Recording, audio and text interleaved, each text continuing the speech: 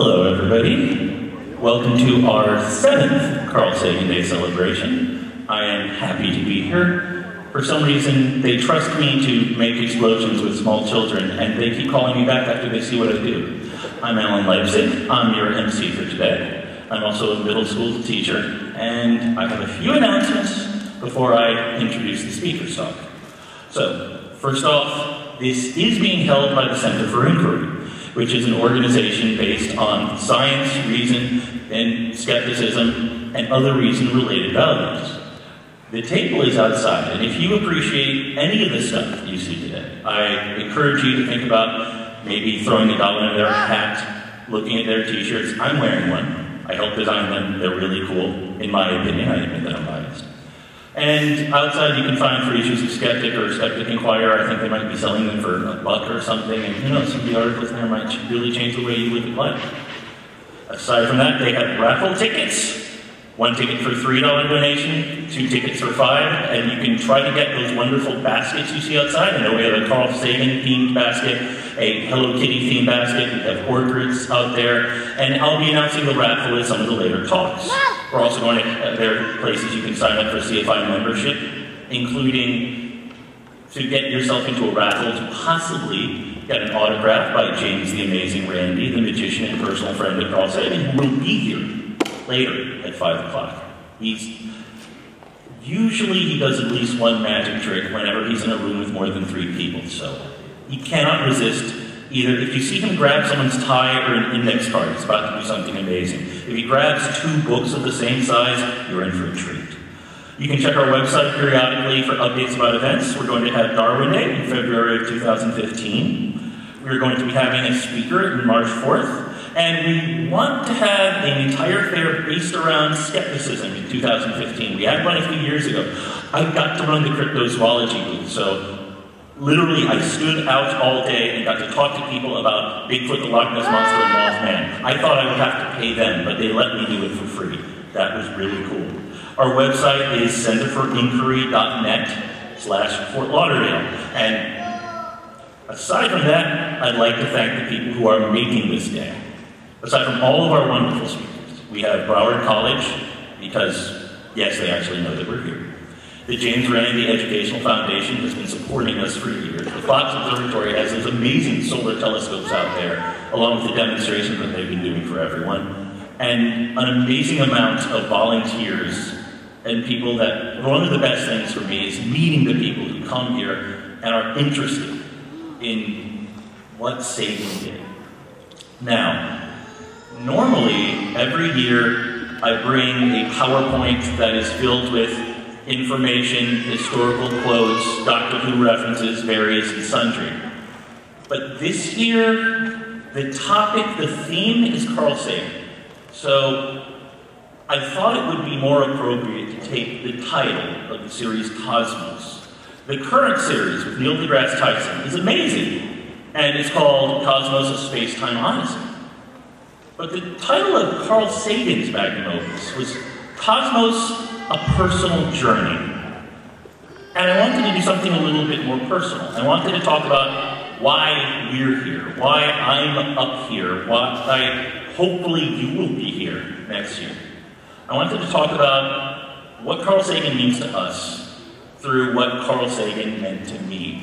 I discovered Carl Sagan through my parents' efforts at babysitting. No, I did not have Carl Sagan as a babysitter. That would have been really cool. My dad used to go to an auction house, and he'd be sitting in the front, and the guy who ran the auction house would put something in my hand. Usually a sci-fi novel, sometimes he put some kind of toy that they were selling. I didn't break most of them. But one day he says, here's a book, it's really neat, I want to see what you're going to do with it. And it was one of the old, hardback versions of Cosmos. That was how many people were introduced to Carl Sagan. Now, if you're not familiar with the gentleman, he was a planetary astronomer. He worked with NASA with many programs, including the Viking program, where we sent a probe to Mars and tested for life, and got the frustrating result of, we have 3 tests to see if there's life on Mars. Did it say yes? 1 out of 3, 2 out of 3. And then we get to debate that for the next 40 years.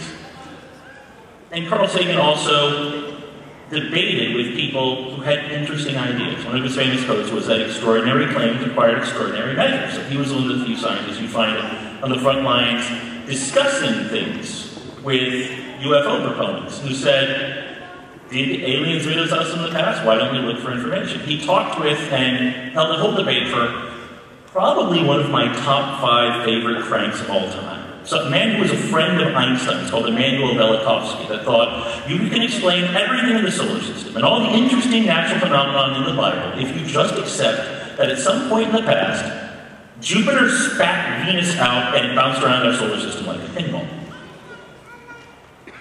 Michael Bay would do it. But those are all great scientific accomplishments. But that's not really why we had the Carl Sagan defense. When I got my hands on Sagan's book, I started to read Carl breaking the universe down. And if there's one thing that Carl was good at, well, one thing I can point out, because he was good at a lot of things, he was a storyteller and he was a diplomat. He had the ability to craft a narrative together about science. So he did more than, this is why this works. He said, this is the story of us, and this is why you should care. So there I am, maybe 7 years old, 8 years old, and the most I know about the history of life on this planet is the dinosaurs that I've seen in the supermarket. Of course, there are 6 dinosaurs, because that's how many different types you get in a plastic bag. And I opened Cosmos, and he has a story about samurai. It's a story about a group of samurai who lost a battle, who jumped into the sea with their family in order to escape whatever the other side of winners would be once they got their hands on them. And in that area, there are now crabs called Heike crabs. And the Heike crab has a face on it. Carlson explained it very simply. What happened is that the superstitious Japanese fishermen decided, this crab kind of looks like a face. I'm going to throw that away. That crab is probably not good luck to eat. Whereas if your crab didn't look like a face, you weren't going to live through what it is. So over time, the crabs who had more of something like a face on the back reproduced more. Until you get the Heike crabs of today, which look like screaming samurai faces on the back. And to 7-year-old Alan, that made sense. I was able to understand evolution by natural selection, despite the fact that the story may have much more to it today than that simple narrative. People still do research, that's what science does. And that opened up a whole new world for me. I used to pore over Cosmos at night because there's this one brilliant picture in it, where he says, this is the idea I've had of an artist to paint what life might be on Jupiter. I couldn't understand a lot of the words in the book itself, but it made me want to know more. And that's what Sagan did. Years later, I'm a teacher. It's my first year of teaching. I am teaching in a religious ultra-Orthodox school, for Jewish Hasidic school. Excellent school, not going to say one word against them. But suddenly, I've hit a culture shock. These are students who have very little love for the academic classes. I'll never forget when Davey comes up to me, and like 90% of my class, he wants to be a rabbi. And you've never argued with a class, or you argued with a class of would-be rabbis. And he says, you know, Mr. Leipzig, next year I'll be in 9th grade, I never have to take math again. I felt just about half the auditorium had been a little bit jealous. So I'm in this class, and this is a class of people who are intelligent, are active, but they have never had this science narrative in their life. I had an argument with that class over whether the sun revolves around Earth or the Earth revolves around the sun. Due to, in the book of Joshua, where Joshua says, I would like to kick butt under the sun for a little more. God, could you please stop the sun? Just for a little while. And I have to suddenly bridge across the cultural divide and teach them science. And I find myself standing in front of my all-girls 9th grade class, having to teach them evolution and natural selection for the first day, knowing that some of the parents have been whiting out some of the stuff that I send home, and I have to figure out how can I interest them. Whether or not they accept it or not, I need to make sure that they understand what the outside world believes. I need them to understand if you go to a secular college, this is what's going to be taught in biology. And I just find myself off the top of my head saying, okay, so 500 years ago there was this group of samurai, and just Carl springs up inside of me. I hadn't thought about that story in a few years, but when I needed to present a narrative, to present a story, to somehow find something that would bridge an amazing cultural gap, I went back to Carl Sagan. And that is what he does. During his lifetime, he reached out to people of all beliefs, all political leanings, all religious leanings, and he knew how to reach out that hand and say, this is an amazing universe. This is why you should be interested in it. His words are still amazing today. One of my favorite books of his is called The Demon-Haunted World, Science is a Candle in the Dark. And it's what strange things people believe and why. One of my students, who's in attendance right here, I loaned the book because they were kind of interested, had a chapter on alien abductions, all that stuff. He read it in a weekend, and then he said, thank you, I've never thought about some of this stuff like this. This is what Carl Sagan does. He was amazing planetary astronomer. He was an incredible writer, but what he also was a diplomat for science. We are here for this festival because the people who put this together loved sharing science because of Carl Sagan. Because of that, I want to show you a little clip that I got off of YouTube, which is slightly silly. Now, I could have taken any number of clips from Cosmos in order to say what Carl Sagan said. But I want to show you more how we view Carl Sagan. What is he in our narrative? He's been rediscovered in the last few recent years. About 5 years ago, a man named John Boswell took a bunch of clips of him and suddenly turned him into an internet singing sensation by auto-tuning him. And once a new generation discovered him, people started to put him in their things. I'm going to see. Can we turn off the lights? Or dim the lights?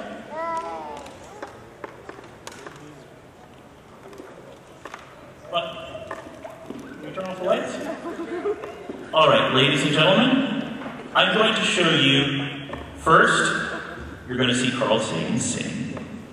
And you're going to notice I keep it in my computer in a folder marked motivational. Because whenever I feel down after a student tells me, well, I didn't have time over 5 weeks to do the 3 questions, I look at this and I think, this is why I'm doing this. And then I'm going to show you a video in which Carl Sagan is definitely a hero. So, can you give me just a minute? I'll bring this up. Dimming the lights right now.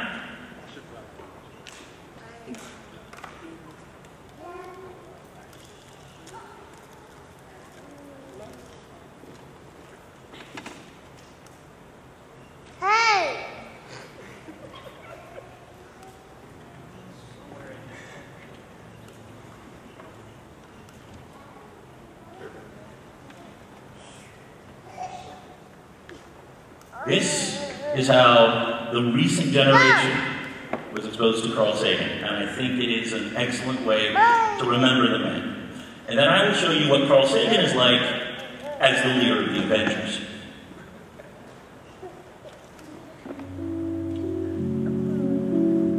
I'm not very good at singing songs, but here's a try.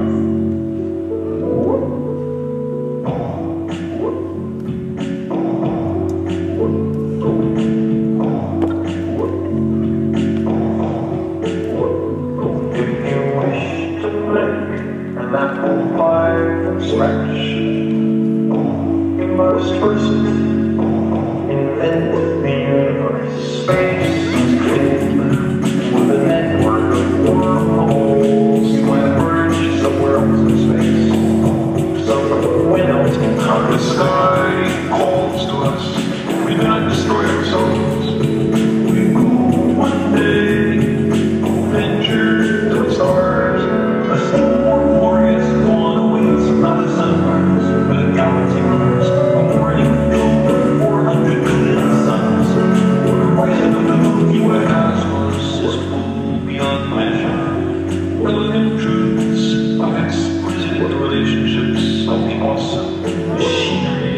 I believe our future depends powerfully on how well we understand this cosmos, which we float like a puff of dust in the morning sky. But the brain does much more than just recollect.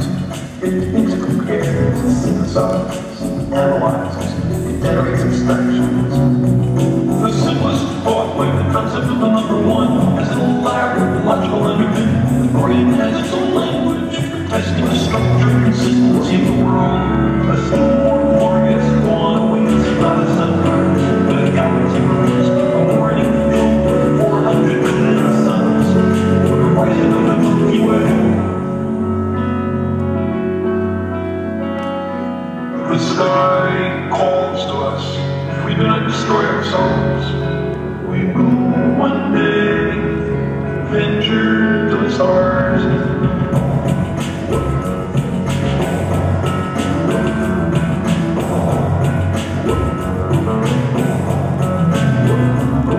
For thousands of years, people have wondered about the universe. Did it stretch out forever, or was there limit? With the Big Bang, the black holes, third matter were possible big crunch. A image of the universe today is full of strange something guideless. How lucky we are to live in this time. The first moment in human history when we are, in fact, visiting other worlds. A still more glorious dawn awaits not a sunrise, but a galaxy rose, a morning filled with 400 billion suns. Horizon of the Milky Way, still more glorious dawn awaits not a sunrise, but a galaxy rose, a morning filled with 400 billion suns. Horizon of the Milky Way.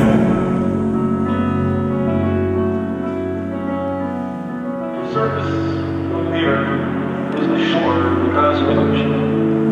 Recently, we've waded on the way up, and the wood seems white.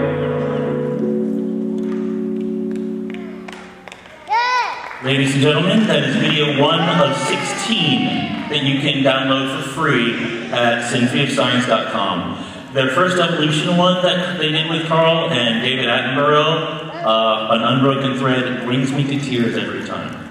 And the last clip we're going to send you is a little bit facetious, but it's how some of us view Carl on the intellectual stage.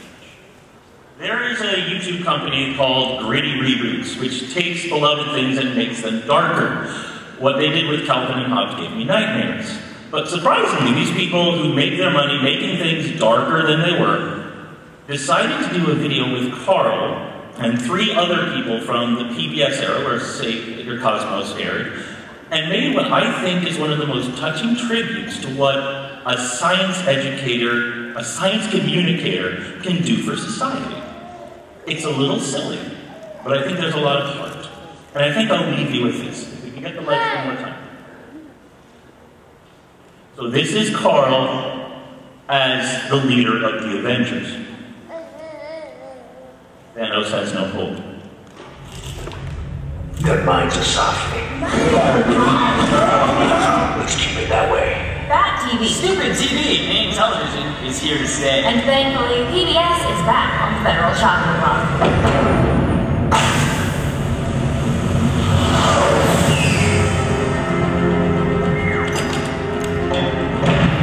Are you here to learn how much science rules? Or are you trying to get me back out there? Consider the following. Mr. Rogers, I've got to make this my most speedy delivery. Maybe you're the first trolley ever made. And what if I politely decline? You do that to a neighbor. I'm not sure trees are left to cover their sins. Dr. Phil, Surgeon General. Do our students really need teachers? Engineers. Do we even use trains anymore? Libraries? Too long. Didn't read. There was an idea to bring together a group of the most remarkable minds with the courage to teach when others would not. We are that glorious dawn, the public broadcasting service. Sir, they're back. I thought they were dead. I'm very much concerned about what you watch on television. Everything in our world is so unhappy. These shows are just specks compared to the vastness of PBS. Don't they see what they're missing? Yes, the children are in Flatland, but soon they will see more. Excuse me? Sirs? You're not authorized to go beyond this point.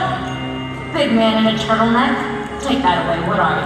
I am what hydrogen becomes, given 15 billion years of cosmic evolution. What makes you think I won't just buy PBS? I got 3 seasons of dog crates just waiting for a network. I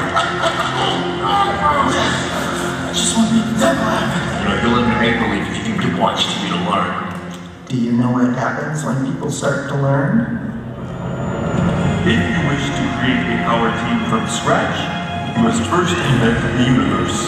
We're gonna make a lot of big decisions in our little world. And that's how hydraulics work. It's science. There is no one else in the whole world like you. Because you're the only ones who can pilot this ship. Why are they doing this?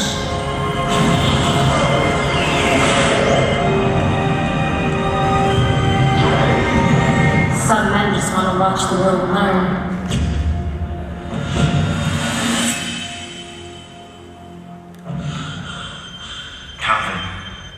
Yeah, I'll spare you the Calvin and Hobbes trailer.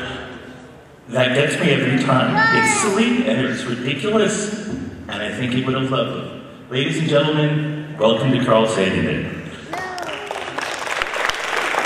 We will now be setting up Harold Wanless of the Geological Sciences branch at the University of Miami, also the chair at the Miami-Dade Advisory Board on Anthropogenic Climate Change. And I am very interested in this topic, especially after recent political events. Give us 5 minutes to perhaps set up, and a topic that was very close to Carl's heart will be here, and we'll see what's changed since Cosmos. Thank you very much.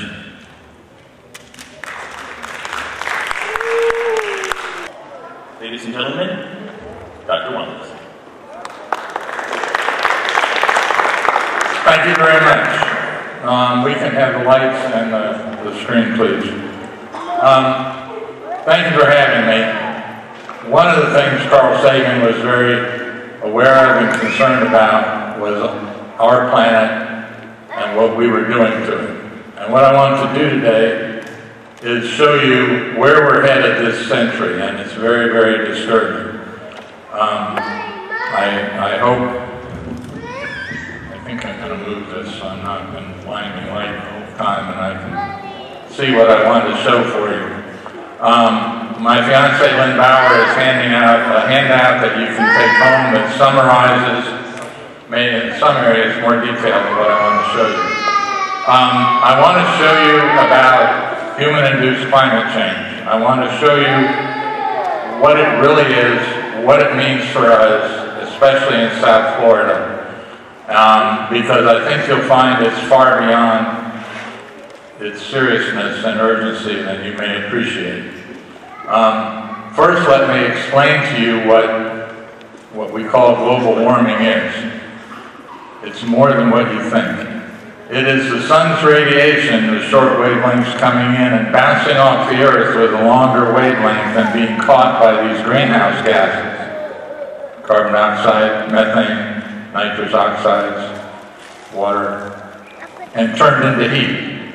But that heat in the atmosphere is almost immediately transmitted to the ocean. And if you look at this graph from 1960 or so on to the present, you can see that the air, the land, and the ice is heated up a little bit, and this is significant. But the heat is building up in the ocean. This is what scientists are so concerned about.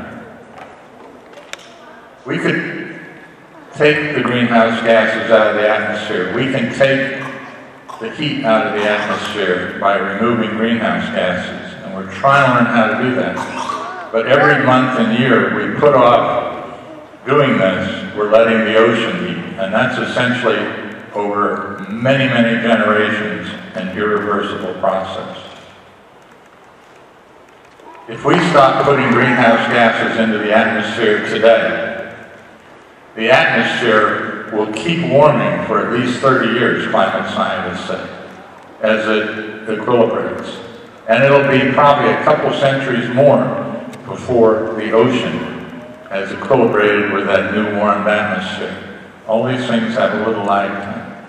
This warmed ocean is both expanding, causing part of our sea level rise, and it's moving warm waters into places where we don't want it, such as in under the ice caps of Greenland and Antarctica.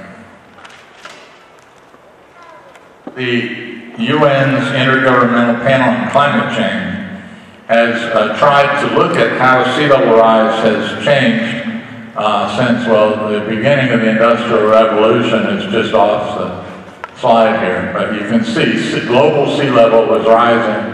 In about 1930, it picked up its rise quite a bit, and then you can see the rate of rise steepened again about 1995 or so. The black line up there, by the way, is how we measure change in global sea level now by satellites measuring. We measure the elevation of the surface of the ocean by repeatedly measuring it by satellites, and we can do that. South Florida's sea level rise is about the same as this, and we have had about a 10-inch rise of sea level since 1930. And most of this is because of the warming of the ocean and the expansion, okay?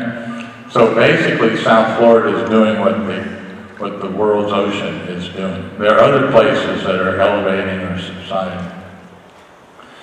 You may be confused if you listen to certain politicians about climate change and the human involvement, but believe me, climate scientists say that since 1950 we've been dominating the climate. We've been controlling climate.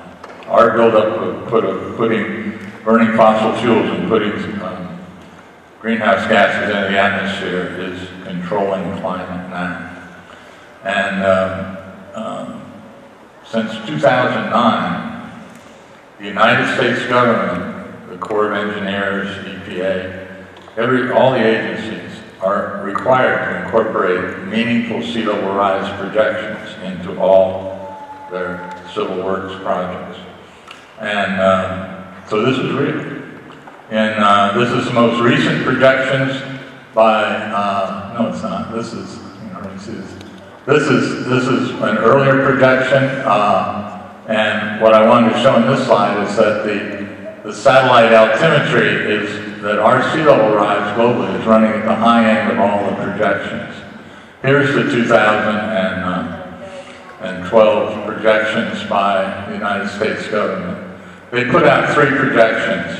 The lowest, linear, historical, is just a continuation of the way it used to be, and we're already faster than that. The intermediate low, which would have ended up being half a meter, which is 1 foot 8 inches by the end of the century.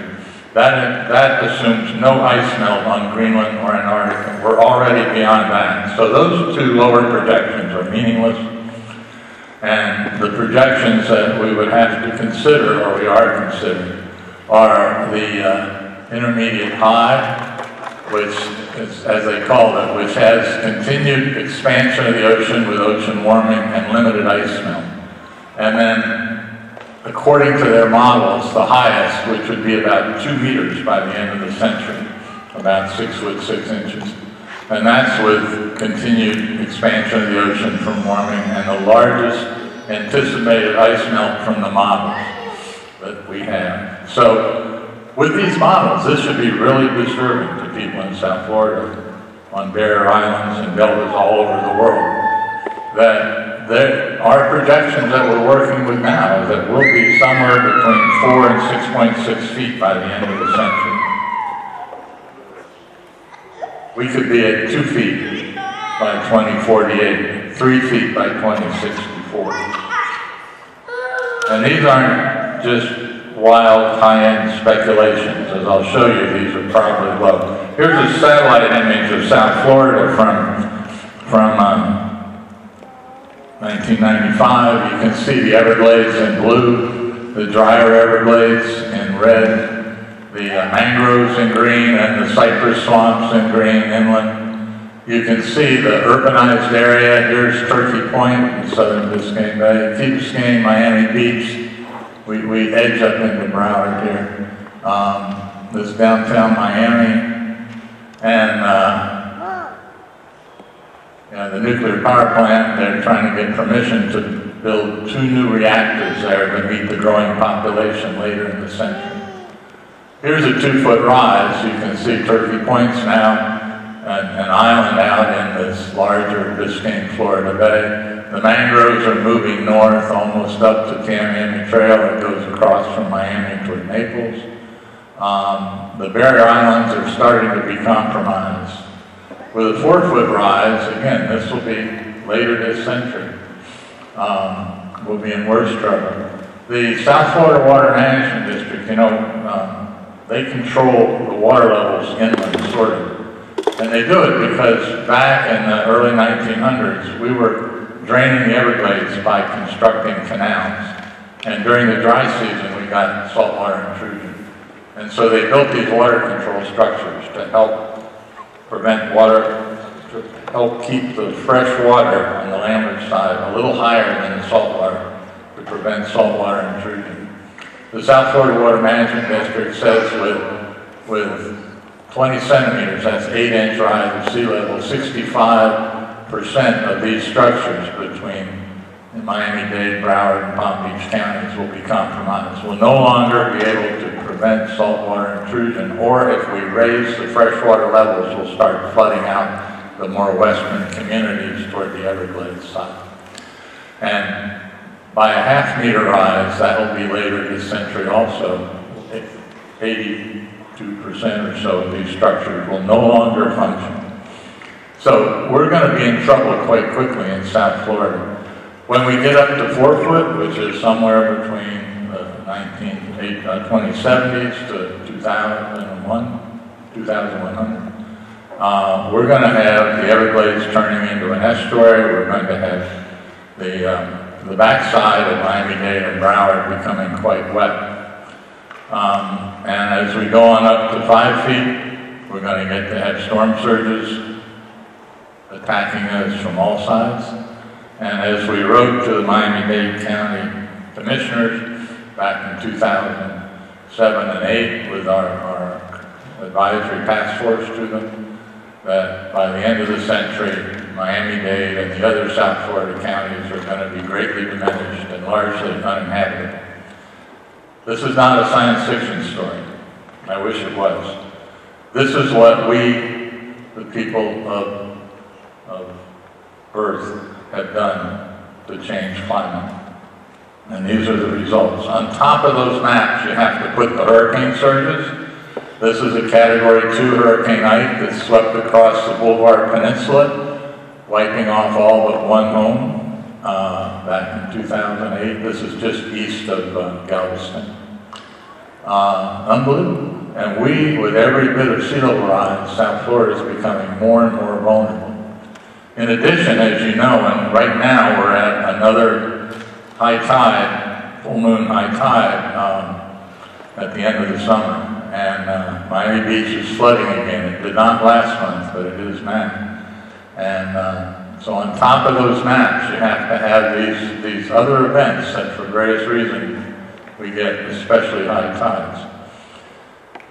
Yeah, and then if you want to visualize living there, you can say, well, what would it be like living on Alton Road, Miami Beach, when sea level's up 2 or 3 feet? You can visualize it would be impossible. And then you say, oh, well, we'll raise everything. Yeah, maybe we'll just leave. We don't like the idea. We think we can live wherever we want. This is Miami-Dade County on the left side, on the bottom, and Broward County, and then what we will be like at normal high tide, not the full moon high tides, at +2, +4, and +6 feet. And as you can see, as sea level rises, probably with a 2-foot rise, we will have lost our freshwater resources. We will have had salt water coming up from the Everglades and taking away our fresh water in the Everglades. Our sewage treatment plants, at least in Miami-Dade County, are on the water. One's here, one's here, one's here. With a 2-foot rise, they'll be out in the water. Our airports, by 4 feet rise. Our airport's right here. It'll be compromised. And your airport is also extremely low. We'll look at that a little closer in a minute. And you know, the whole connectivity of our infrastructure and the functionality starts to be compromised. And people are obviously talking about, oh, we'll build levees and dikes and things to protect. But as sea level rises, storm surges are going to be exponentially more damaging. And at some point, and this is the part communities don't want to talk about, we're going to have a loss of our tax base as people move on. And then you cannot afford to do the change in the infrastructure you might need. Let me focus on the 6 feet for a second because, well, this shows you what remains. And by the end of the century, when we're at 6 feet, 44% in Miami-Dade County, the original land remains. However, 3/4 of that is less than 2 feet of elevation. So we're right here right now, by the way. Broward County is amazing. The southern 2/3 is really low. It doesn't even have the coastal ridge that we do down in Miami-Dade. But right at this road, about the Coconut Creek Road to the east, it becomes high. So now you know the secret if you're going to buy.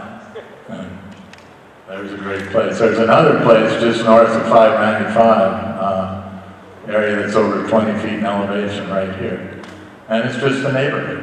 And I don't know if they realize that they have some of the best land in central Broward County. So let me just show you Miami-Dade County with a plus 6 foot rise here. But the land at that point that's 2 feet above sea level is only that. So we're just unbelievably diminished. We're down to 11% of what was land area in the photo on the left, the map on the left. By the way, these are LiDAR images. It's a airborne laser mapping, much more accurate than the old topographic maps I used as a kid and even afterward. If we go to Broward County, there's your plus 6. And Broward and Fort Lauderdale folk know that this part of the county is unbelievably low. But again, if you look at what is greater than 2 feet above sea level at plus 6 feet, you're down to that. I mean, this is just, it's over, you know. The airport's right here. Even if you back up and look, it's really frightening. And when you look at these maps, and I had a group from the Netherlands and from Germany, with radio and magazines interviewing me yesterday, and they were just looking at it, why do you live here? And I said, this is beautiful. And we bear down and survive hurricanes and so on. One thing you must understand, let's say sea level is at 5 feet by the end of the century. That doesn't mean that's how we're going to be living. This is because of increasing ice melt, which is an acceleration phenomenon. And if we're at 5 feet at the end of the century, sea level will be rising at a foot per decade. So anywhere you look, you have to realize it's going to be ridiculously difficult to maintain the infrastructure. Even somewhere like, this is the southern part of Manhattan, New York City. And you can see it's a lot of highland in the middle, but places like Wall Street are filled with former marshes, and the whole 2 or 3 blocks around the edge, the port facility, is all unfilled, so it's just a few feet above sea level. And how do you maintain a port facility when sea level is rising at a foot per decade or faster? Okay? It's projected that by 2050, we'll probably have at least 200 million climate refugees. Wow. This isn't just people moving on somewhere else because of sea level rise. We also have dry areas are going to get drier. This desertification or aridification is going to be an increasing problem. So at the same time people are moving out of low-lying areas because of rising sea level, people from Albuquerque and other places are going to be giving it up because it's just, there's no water, it's too dry, too difficult. I'm going to skip these right now, but what I want to show you is that I want to take you to Greenland and a few other places and show you what's happening. You think Greenland is so remote from us and Antarctica is so remote from us that we shouldn't even have to think about it. But our future is totally dependent on what's happening elsewhere. And what we're finding in the Arctic Ocean, in Greenland and Antarctica, is that there are things happening to ice melt and warming that we didn't anticipate. We used to call these positive feedbacks, things that were speeding up. We don't use positive feedbacks anymore because people think that means good. Now, these are accelerating feedbacks or reinforcing feedbacks to speed up the process far beyond what the models are projecting, okay? And so, these projections, unfortunately, are probably low and slow. And these reinforcing feedbacks make the future rapidly accelerating ice melt and accelerating sea level rise inevitable and quite certainly unstoppable this century and the next century, faster and faster than anticipated. And again, think back to that first slide of the warming ocean. How do you cool down a whole ocean that is warm? Okay? As we look at this, if you live up on a higher ridge of South Florida, on any elevation, when it rains, the water disappears into the ground quite quickly. And that's because we have a very porous limestone. If sea level rises, that porosity will work to our disadvantage and let the sea level rise come right up through. And for that reason, we can't play New Orleans and the Netherlands and just build dikes around everything and have little pumps and little Dutch guys with fingers in the dikes to keep us safe. Okay, that's a really important thing. There are a number of ways that we have a global rise in sea level. Through the last century, it was warming of the world's ocean, and that probably this century will cause about an 8-inch rise of sea level. We also have accelerating ice melt of our alpine glaciers, and that will continue and maybe be at 6 or 8 inches of rise of sea level. Almost all the alpine mountain glaciers of the world are melting. There are a couple areas where there's very heavy snowfall because of climate change and they're expanding, but most of them are melting. And the big ones are the rapidly accelerating ice melt of the Greenland ice sheet and the West Antarctic ice sheet and the rest of Antarctica.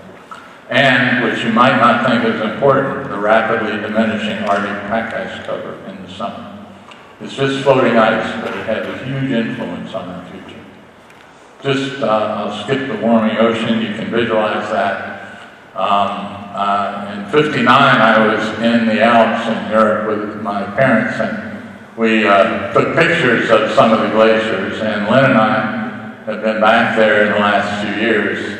Lynn has a wonderful orphanage in India, and so on our way back, we stopped off, and a couple times we went down to re-photograph, and you can see over that period of time how dramatically, 53 years or so, how dramatically the ice is diminishing here in the Austrian Alps, but we've seen this everywhere. But let's turn to Greenland. Greenland's an amazing remnant of the Ice Age. It has a huge ice sheet that rises up to over 10,000 feet, over 3,000 meters elevation. And it covers most of Greenland. There's a little bit of exposed rock sticking out on the edges. And the white line here is 2,000 meters, nearly 7,000 feet in elevation, and on the ice sheet. And in 1992, the summer melt reached up to the to the top of the salmon color, which was above 2,000 meters in the south, but much lower as you went north. By 2005, the warming, the summer melt, had extended up, except in the very north, above 2,000 meters. And in 2012, for 2 weeks, 98% of Greenland was melting. This wasn't anticipated at all, but there was a change in atmospheric circulation that brought warm water up. Lynn and I flew from Iceland over here across to Ilulissat right here during the end of this melt, and looking out the left side of the airplane, it was just a shiny, glistening surface of melting ice, not a healthy ice sheet. I highly recommend. This is the most amazing place, Greenland, and I highly recommend you find a way to get over there and take somebody along with a lot of money so you can rent a helicopter and go around, because it's cool. And here we are. Here's our Christmas card from a couple of years ago. But it's really amazing, and it was important for me and Linda to visit it because we talked about this a lot, and I needed to understand. And you learn so much about how the world is working. The surface ice melt was more than just ice melt. Lynn got out of the helicopter and said, "What do you got, snakes here?" She was used to the cobra burrows and stuff in India. And the pilot said, "No, that's just how the ice melts." And if you look in cross-section, here's a little offset here, and you can see the vertical melt holes in the ice in Greenland. And the water ponds down at the bottom of these, and they widen. And some of these were 1 meter or 2 high. And they, so it's not just surface melt, it's a great 3-dimensional melt. And you can see these little holes all over the fractured surface. Elsewhere on the ice sheet, and the pilot said those holes in that style of melt extends about 100 miles onto the ice sheet. And then most of the areas when you're flying around, the ice sheet is now covered with rivers and lakes. And not just little rivers and lakes. These are pretty nice little rivers melted into the ice surface. And then eventually they form what we would call sinkholes here in the limestone, but they melt moulins, they call them, that go down through the ice, and they may go down 1 kilometer or more.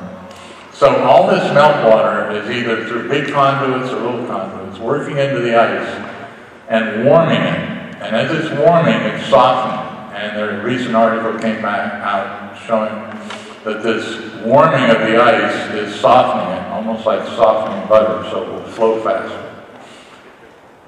In 2007, there was a meeting up in Ilulissat, Greenland, because they were worried about what was happening, including the water lifting the ice off the rock surface that it was stuck to, and it was starting to slide to the ocean. Well, they were really concerned that it was just going to start slipping out to sea. But then it fractured up, and the water drained out, and it reattached. And this was all these feedbacks. An article came out in the Journal of Geophysical Research that said if we have a big piece of ice, like a good part of Greenland, and you warm the surface, you might melt it in 1,000 years. If you fracture it every 20 meters so the meltwater can percolate down, you can melt it in a couple of decades. And this is what the surface of a lot of Greenland looks like now. Fractured up every 10, 20 meters or more pulverized. And you can see all the meltwater. And there's another thing that's happening on the surface of Greenland and the mountain glaciers is as they melt, all the black soot, the brown soot, and the Gobi Desert dust that fell on the surface is being concentrated at the top with the melt. And you can see this dirt, this darkening surface. And this is not what a healthy ice sheet is supposed to look like. And this isn't stuff blown from some nearby mountain. This is global dust, global black soot from our pollution and so on. And you can see in 2012 the decrease in the reflectivity of the ice versus the decade before. It's dramatic. These things are not in the models for ice melting. Well, all these surface things, here's some of the dirt. We collected a bunch of it.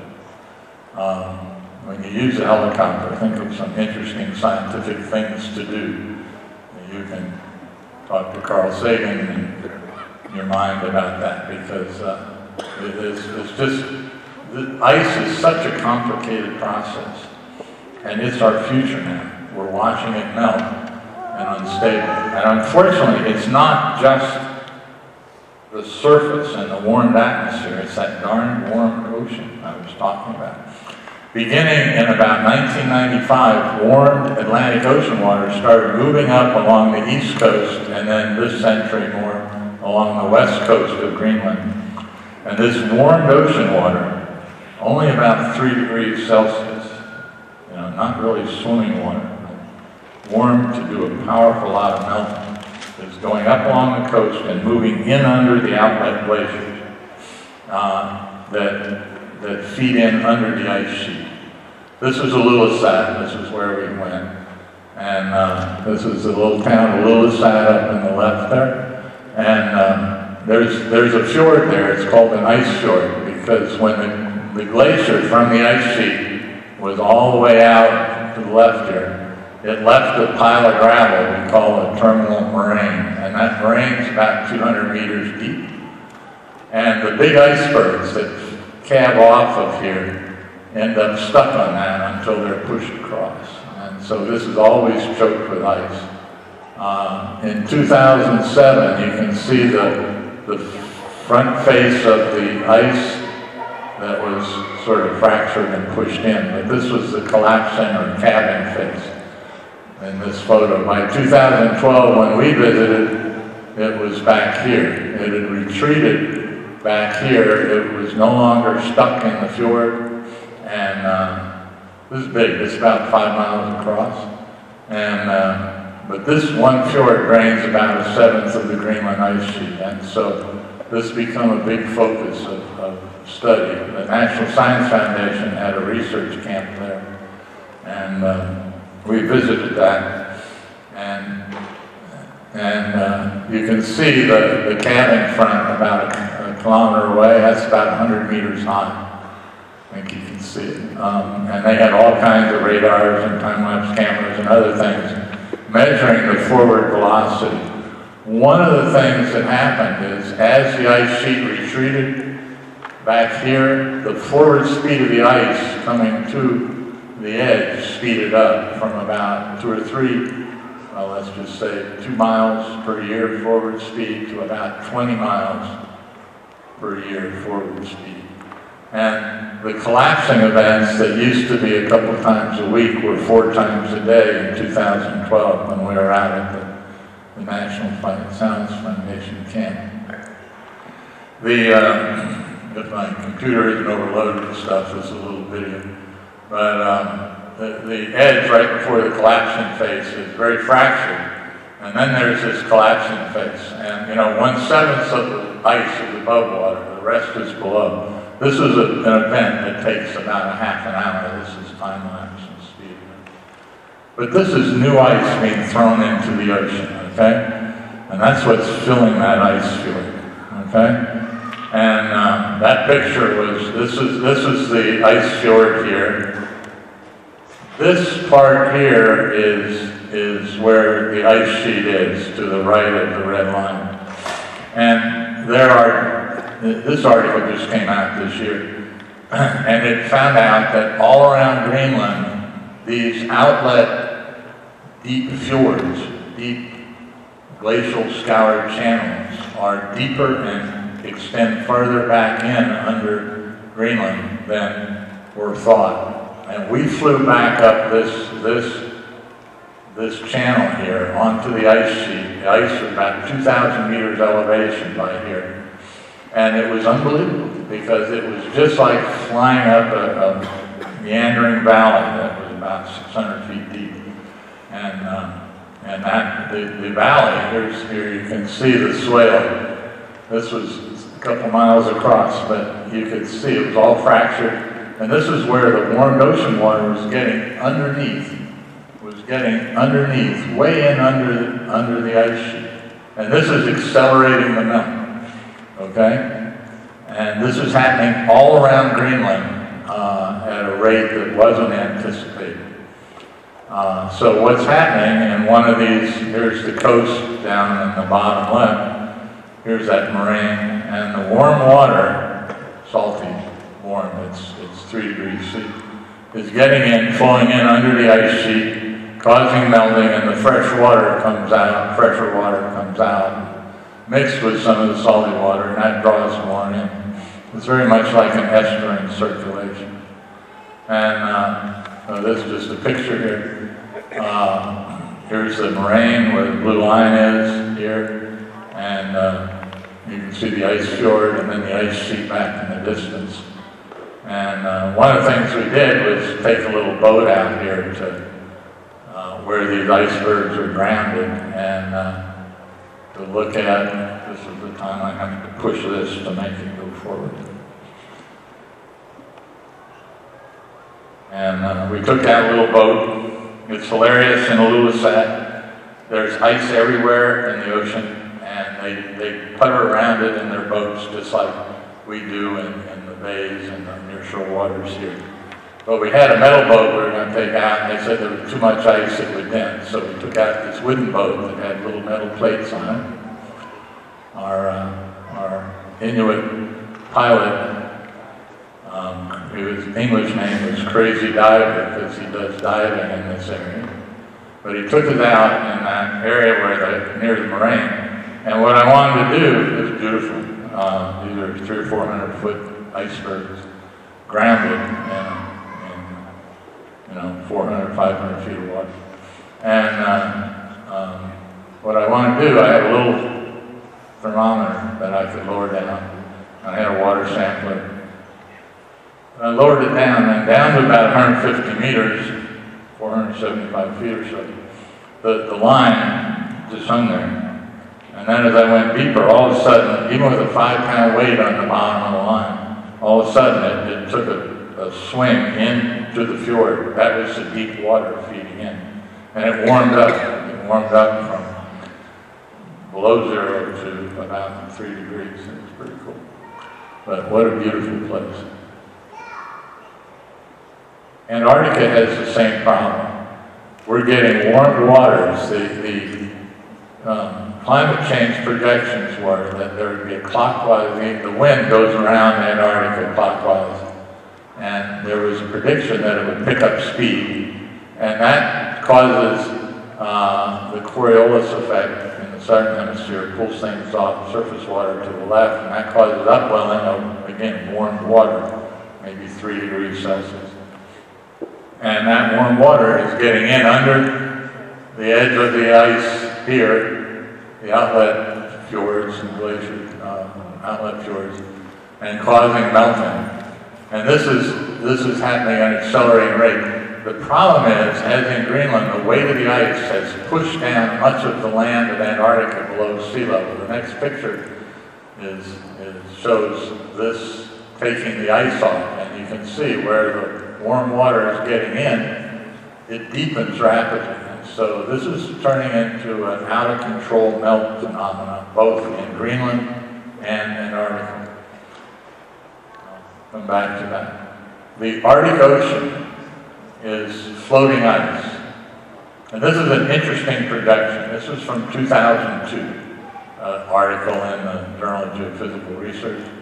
And here was the average minimum and end of the summer ice on the left in the Arctic Ocean. You see where you are. Greenland's on the bottom here. Northern Canada's to the bottom left. Siberia's along the right side here, and so on. And Siberia's up here. And they forecast by 2050 the minimum summer ice might be like this on the right. We're beyond that now. Again, the model's got the concept right, the rate, they didn't get the rates right, they get the trends.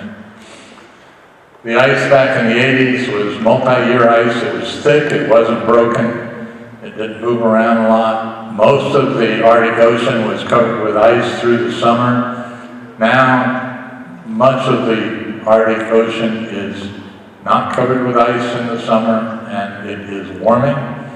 And this is 1 and 2 year ice that's mostly less than 3 feet in thickness. And it's very broken up. It circulates clockwise here. And all this ice down on the east side of Greenland is broken up bits that's going out to the ocean. Who cares, floating ice, if it melts? Well, this is what keeps northern Greenland and its ice sheet cold. We're losing that. We have methane hydrates along the Siberian shelf, and I'll explain those in a minute. Those were the ones that their melt puts the hair up on the back of your neck because of what it may mean. And also, the cold Arctic Ocean meant that the tundra and the frozen ground, the permafrost around it, would stay frozen. And that's melting, and that's anticipated to seriously melt. So here is a picture of the North Pole in 2007 near the end of the summer melt. And these are disturbing pictures because, you know, ice reflects back nearly all this incoming solar radiation, and open water, whether it's a little pond on the ice or a lead or a big lake or a big ocean, it absorbs about 90% of the incoming solar radiation. So it's warming now. And this is from 2007, I think. But this shows the anomaly in warming. The red is much more warm than it used to be. And you can see around the Arctic Ocean and down along Greenland a much warmed ocean. And that's because there's less ice cover in the summer. Okay? Methane hydrates are a molecule of methane, CH4, surrounded by a cage of water ice, H2O ice. And shrimpers and others dredge it up, and you can set it on fire. It's methane. And this occurs down off the edge of the continental shelf, down in deeper water, off places like Florida and so on. But up along the Arctic Ocean, it occurs on the continental shelf. And though this map doesn't show a lot of it, along the Siberian shelf, there's huge amounts of it. And it's beginning to melt as the ocean is warming. There are times in the geologic past, in the Eocene and the Permian, when warming of the ocean led to catastrophic melt of these methane hydrates as the ocean warmed. And that led to serious mass extinctions. And there's great concern that toward the end of the century we may be having exactly that happen, because we're seeing a major loss of ice in the Arctic. We now see it bubbling out of the ground as these methane hydrates are melting, releasing the methane. You can see it bubbling up in many areas in the Arctic Ocean. Very disturbing. This is a look at methane. This is in November, so the permafrost would have been pretty well frozen over around the Arctic Ocean here. But look at this is 2008, this is 2011. Look at the increase in methane release. These are in parts per billion. One molecule of methane does the global warming work of 20 to 50 molecules of CO2. Within a decade or so, it will oxidize. CH4 plus O2 will give carbon dioxide and water. But in the meantime, it does a powerful lot of warming. Around the Arctic Ocean, here's Greenland for location again, around the Arctic Ocean is lots of frozen ground we call permafrost. And Ted Shore of the University of Florida says we can anticipate that 3 to 5 meters of the permafrost are expected to melt in the coming century. There are huge amounts of organics frozen in the permafrost. As it melts, the organic matter decays, and it will bubble up either as CO2 if the ground is sort of dry, or as methane if it's wet. It is projected that the organic decay from melting the upper 3 meters of permafrost will release as much CO2 as is presently in the atmosphere. Now, that's another unbelievable statement of concern. These are where we're heading for. I see no way we can turn around the loss of the summer ice in the Arctic Ocean. At the turn of this century, it was said maybe by 2070 it would be ice-free in the summer. Most scientists now believe that it will probably be this decade. Again, we're speeding up things over the models. The trends are right, the rates aren't. We take our geology students up to Newfoundland and Labrador in the summer, and they just put a new road across from Cartwright to Goose Bay to Labrador City and then down to the north shore of the St. Lawrence. And Lynn and I drove it a couple of years ago. The little red circle there is an example of the collapsing of the ground as the permafrost is melting and the trees are all wonky and you get this rippled ground and there's methane bubbling out of the water and so on. It's quite disturbing. And this is interesting. This is now in, what is it, August, yeah. Between 2003 and 2011, there was a 10 parts per billion increase in methane. And then between 2011, we did that in 1 year. We went up another 10 parts per billion. So this is not a dominating influence of CO2 yet, but it's increasing and it's a huge concern, okay? So those are some of the things that are happening now that should be reason for you to more than take note. You should say, oh my God, we have to get hold of this. We have to make sure we have elected leaders that are taking this front and center. And I'm not sure we did that in this election. There are so many other things that we are concerned about. Healthcare, education, so-called Islamic State, Ebola, there's so many concerns. But just look, here's CO2 in red for the last 400,000 years. And at this time, this is where we were at the beginning of the Industrial Revolution, about 280 parts per million. At no time in the past were we very much above that for the last 400,000 years. We hung up at about 280 for a while here. Sea level was 40 feet higher than present back there about 400,000 years ago. These didn't quite get up to present level. Here, about 120,000 years ago, sea level was 20 feet higher. The Florida Keys, you drive on as a reef. And, but here's where we have put CO2 today. And what do we expect to happen? Nothing? I don't think so. We've really kicked the bucket, And so this is a big unknown. And just to reinforce that, if we go back to the last interglacial here, and then to the last ice age about 18,000 years ago, sea level in the previous interglacial, South Florida looked like the left. The land was really north of Lake Okeechobee. There's a couple of beaches down in Broward, Miami-Dade County that you probably weren't enough of a beach to even camp on. Just a sand shoulder with a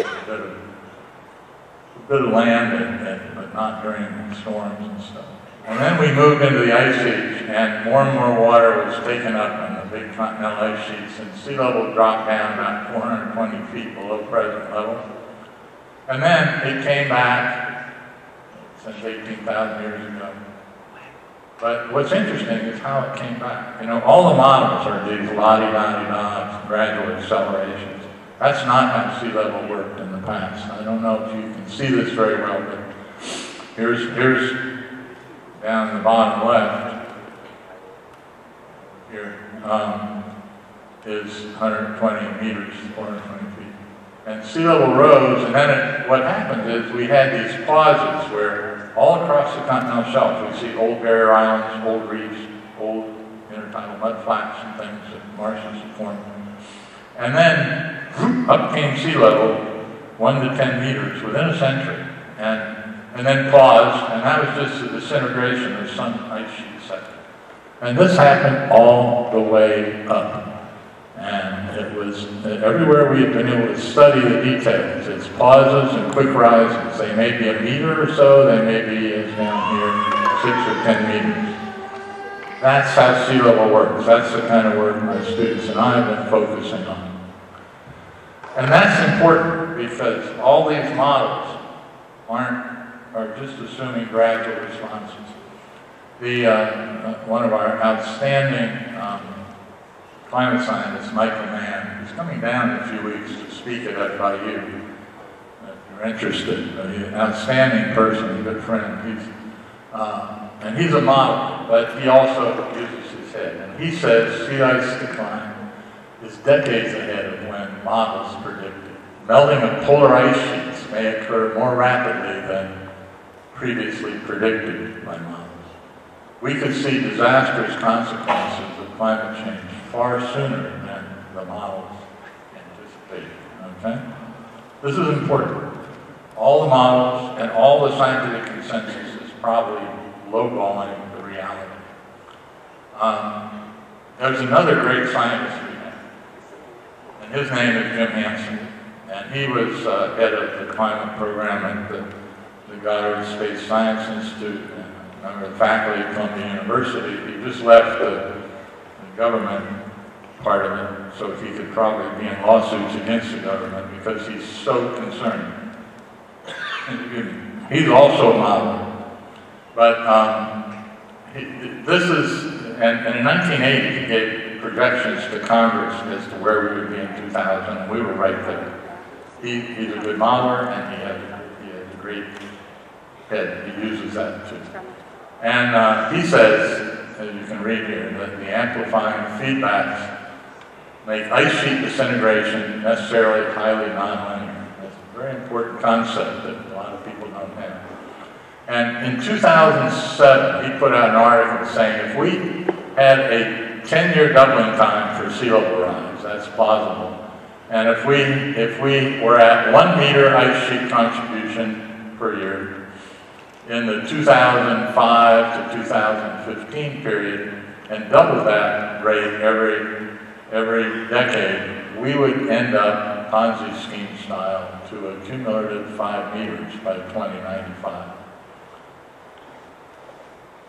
Scientists, all the sea level modelers were nipping at his ankles and stuff because it wasn't in their models that this kind of thing could happen. In 2012, with Mickey Sato, he republished the article with better arguments and so on. And the interesting thing is that that was with both Greenland and Antarctica icing. If we just look at Greenland, we're at his rate and we're doubling it faster. So we're running ahead of his projections. This is a graph. On the bottom, it goes from the year 2002 up to 2011 on the right. And it's looking, there's a pair of satellites called the GRACE experiment. They chase each other and they measure gravitational pull. And they do it repeatedly. And what you can see here is, this is for all of the pixels covering all of Greenland. You can see the summer melt, the loss of mass, and the buildup in winter, and the summer melt and the buildup in winter, and so on. And you can see there's an overall loss of mass, and you can see the curve is steepening down. So if we looked at, say, 2003, where a little bar is here, and that the loss of mass here was about 150 gigatons loss, and that was just under a half a millimeter of global sea level rise. And by 2010, we were at 350 gigatons a year loss, and from here to here. And that equals just under a millimeter. So we're running by 2010 at about a millimeter, and 2011 above that. But we're doubling it every 6 or 7 years. Just Greenland. Yeah. There are scientists that say we are good scientists. Jason Box, a Danish scientist working in Greenland, saying we have put enough greenhouse gases into the atmosphere now that we are destined to have about a 70-foot rise of sea level. And there's a National Science Foundation report by Kenneth Miller, who said the same thing. And they don't know the rates. The only hint at the rates are what we see at the back from the past. Ice sheet disintegration. Okay? What we should be doing is planning for 6.6 feet by the end of the century. Any government that is not doing that, any city, county, state government is not doing that, is being totally irresponsible to the people. However, in the back of our minds, since we know ice sheet disintegration can be quite rapid and extensive, and there's plenty of ice left, we should be considering somewhere forward of the back of our minds that we could be initiating, because of what we're seeing in Greenland and Antarctica, a pulse of rapid sea level rise like happened in the past. And we don't know if it's going to be 1 or 10 meters or more. And that's very likely what we're going to have this century. And that one could trigger another one. Remember, we've done a huge amount of introduction of greenhouse gases beyond the natural geologic levels. And we ought to really think about where all the things we value are, not just our house, our national archives, our museums, our galleries, our mints, our critical military bases. Believe me, the Pentagon is totally focused on this. Though you never know it from arguments in the House and the Senate. Our legal archives, all our archives, global seed banks, some of the ones in Norway, you can walk up a few feet from sea level. Is that a good place to put things that we don't want to lose? And so on and so on and so on, and maintaining agricultural functionality with rapidly rising sea level. These are, we ought to be seriously thinking, where's the Smithsonian Institution? It's right at sea level in a marsh, What a silly place to put it. As I told you, Len and I and a couple others have an orphanage that Len started in India, and it's on the head of the Godavari River Delta, and I tend to wander out to the beach to see what's happening. But it's just a typical of the Delta, a vast agricultural plain. And without that, India is going to be hurting. Not only are all the people going to have to move off, but that fertile land, which has quite dramatic floods every year, is going to be a problem. So let me close by showing you how vulnerable Southeast Florida is to rising sea level. Miami-Dade on the left, Broward on the right. The little red dot is where we are. 1, 2 feet by 2048 maybe. 3, 4. Here's our airports. Circles. Here was Turkey Point.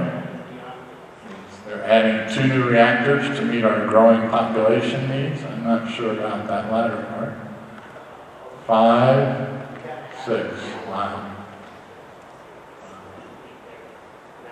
7, 8, 9, 10. It's unbelievable.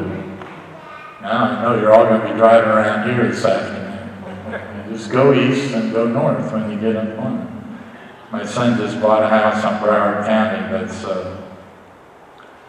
plus 17 feet. I was very happy.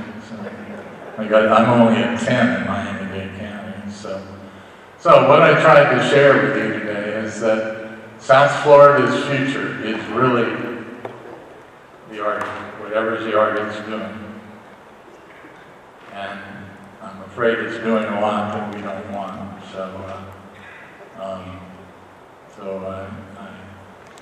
And when you think about it, we can't just stand by and say, well, we'll see what happens. We should start progressive, orderly planning. Not only defenses, but orderly, eventually moving on. And planning to help what are going to be the affected families, businesses, and communities. And cleaning the land before it's inundated. So many of our industrial sites, even Turkey Point, they're storing all the spent nuclear rods right there. Unbelievable.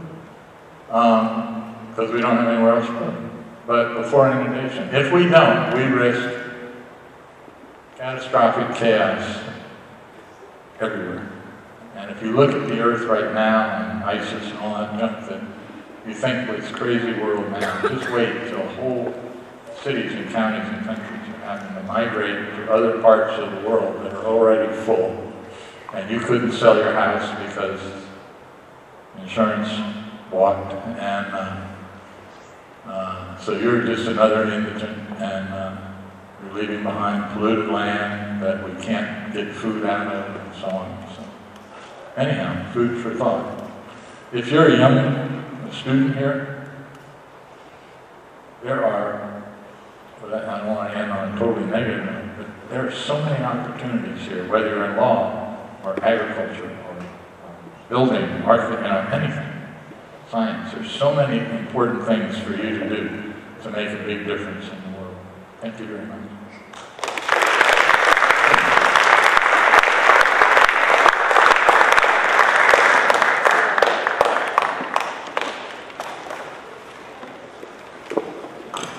Sure, I'd love to take any questions.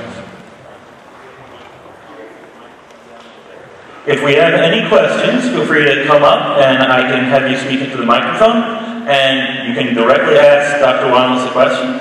If not, thank you very much. Does anyone have a question for the doctor? All right. Yeah, I actually have a couple of questions. The first one relates to something you said in the presentation about permafrost and how that relates to organic decay. You mean that there's the organic decay release within the permafrost that adds to that that we release to our human activities, to our activities? Yes, I got my own thing here. Permafrost, it's it melts for a little bit in the summer and stuff grows up there, and it's quite beautiful. And then it freezes before it can really decay, and it gets buried. So the permafrost has huge amounts of organic matter.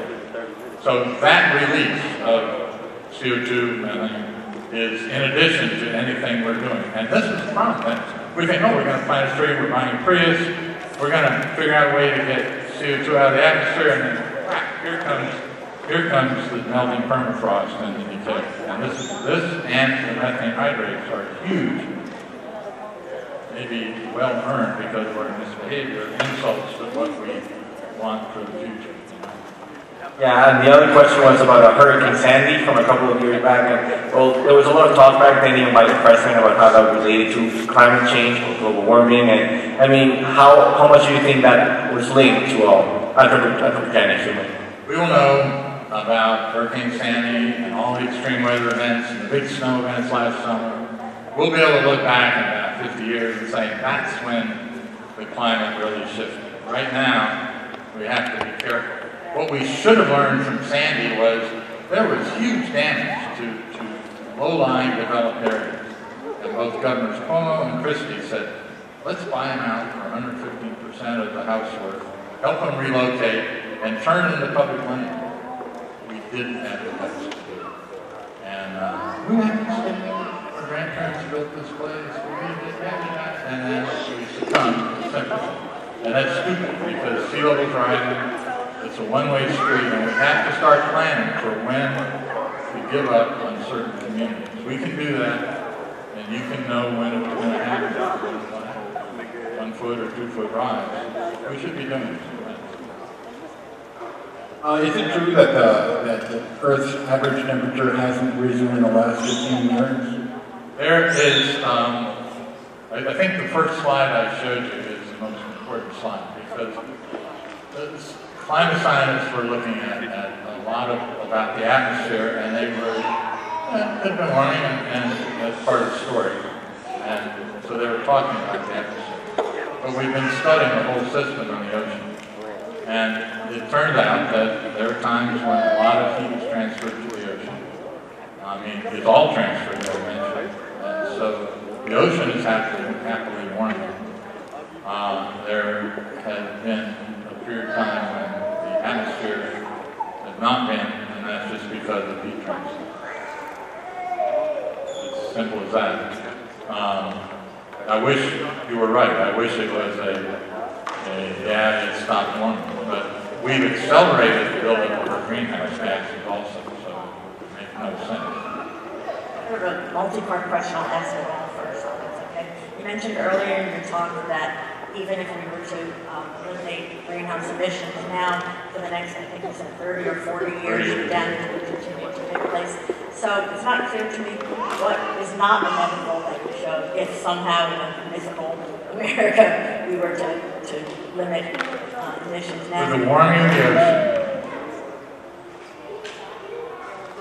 we're in for it. I don't see any way to turn it around. I wish we'd started I did my first talk on sea level rise in 81 or 82. I wish, but I wasn't talking about human-induced thing. We figured out sea level was going up at an awful fast rate. We should know this. You know, it seems like, oh well, we're in for it. But for two reasons, we have to get hold of this. We really have to get hold of it. We may not save the Everglades, we may not save Broward County and Miami-Dade.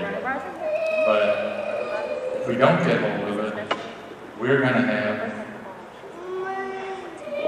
warmth on Earth and CO2 levels on Earth so high that it probably, if we don't get hold of it at all, by the end of the century, it will be challenging for mammals to live on Earth. Okay? And that's a reality.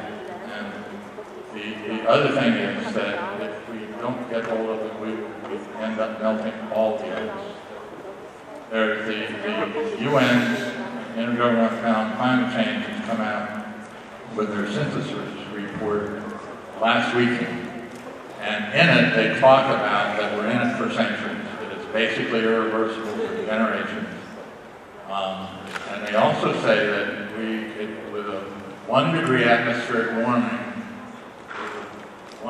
somewhere between 1 and 4 degree atmospheric warming over pre-industrial levels, we will set into motion the total melting of Greenland, which is about 25 feet. And we're already 0.8 of a degree of that warming. So we may be on the brink of guaranteeing Greenland will melt. But we have to stop it. We simply have to stop it. We simply have to get off the burning of fossil fuels. Period. And the longer we wait, the more we make it more irreversible. Aging politicians to understand. My other question was when you're talking about clamp relocation. I think there's already some island nations in the South Pacific who are being helped. I think maybe by first of all, we elect the politicians, so we have to do a better job of communicating, okay? And if they go wayward, we should re-elect somebody else. And it's hard to get climate change on the ballot as a big issue because you're worried about your jobs, you're worried about Ebola, I don't know, whatever you're worried about. And you tend to vote for a lot of those things. But yeah, there's some island nations that had nice products like guano to sell for fertilizer. And they had bought land on New Zealand so they can move there. But Bangladesh, I was with a reporter from Germany, from Stern's magazine yesterday. He and his photographer had been there twice. And they said the first time, people said, oh, we're going to tough it out. And 4 years later, they went back and they said they were lined up to be, it had just gotten too difficult. Personal point of view and also my own interest. After you marry, where do you plan to move and when do you buy something? Well, we just met 2 years ago, and she has a condo and I have a house. She's on the 12th floor on a high area. I'm on the 10 feet. And I never thought I'd see any of this in the 1990s. And it was about 2 weeks ago, we said, I wonder if we should sell one of these and move, get a place up in higher elevation. I don't know. From what I see and what I shared with you, sea level can change mighty fast. And we're seeing the beginning of an ice sheet disintegration. We just don't know if that's an 80-year thing or a 20-year thing. We don't know enough, but keep your eyes out on Greenland and the Antarctic. It makes interesting reading because we're entering the era of real estate roulette. So some of us will be shot somewhere with a bad decision, and some of us will win. I know people right now that just sold in the Keys and they said, I'm out of there. He said, I got great money, great price, so it's funny. in the early 1960s, President Kennedy said by the end of the decade we'll get onto the moon, and we did. Right? I was wondering in terms of an analogous moonshot, you know, France, which is an advanced country, but not technically more advanced than the United States, gets, what, 75 or 80% of its electricity from nuclear, and no carbon emissions and so on.